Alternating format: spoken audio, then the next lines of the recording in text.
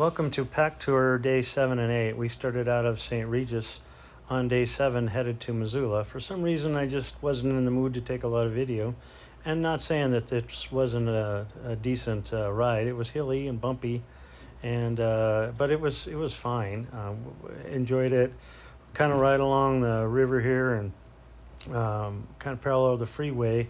And then a little later on, we move away from the freeway and get into some different kind of country, more kind of like deserty, I guess, scrub brush and that sort of thing.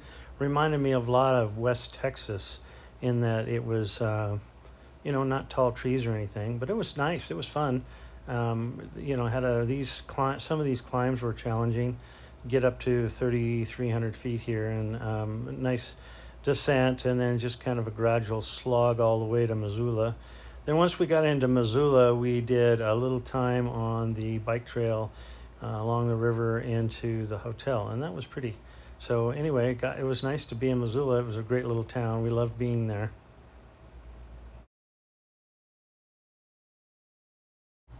Day 8 from Missoula to Butte was a very alarming day for me, and you'll see as I get through the video. And it was just kind of a gradual uphill. It was we didn't really. It's because it was so gradual, we just didn't really notice it. We were going along at our normal energy level, but then it seemed like we were slower than normal, and that was just due to the slight uphill. So our normal speed on a flat stage is probably 17 miles an hour, or flat day, and we were doing 15 in this section. In Flint Creek Valley. The Flint Creek Valley has, according to archaeologists, been the home to humans for around 10,000 years. Fur trappers and traders frequented the valley in the early 19th century. Prospectors discovered gold in the Granite Mountains and on Henderson Gulch in the early 1860s. Founded in 1864, Phillipsburg became an important mining camp in Montana by the 1880s. In 1865, the Stone Stage Station was established near here on the road between Phillipsburg and the Mullen Road Junction near Drummond.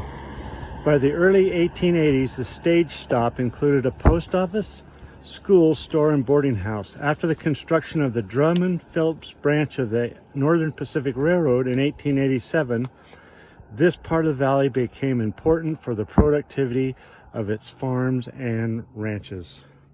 I'm riding along and everything's going great. We're on this road riding the white line, and just outside of this little town here, we're going along with our group at a decent speed. It was a wide enough road, but someone threw a full water bottle, it was vitamin water, out of their car doing 70 miles an hour.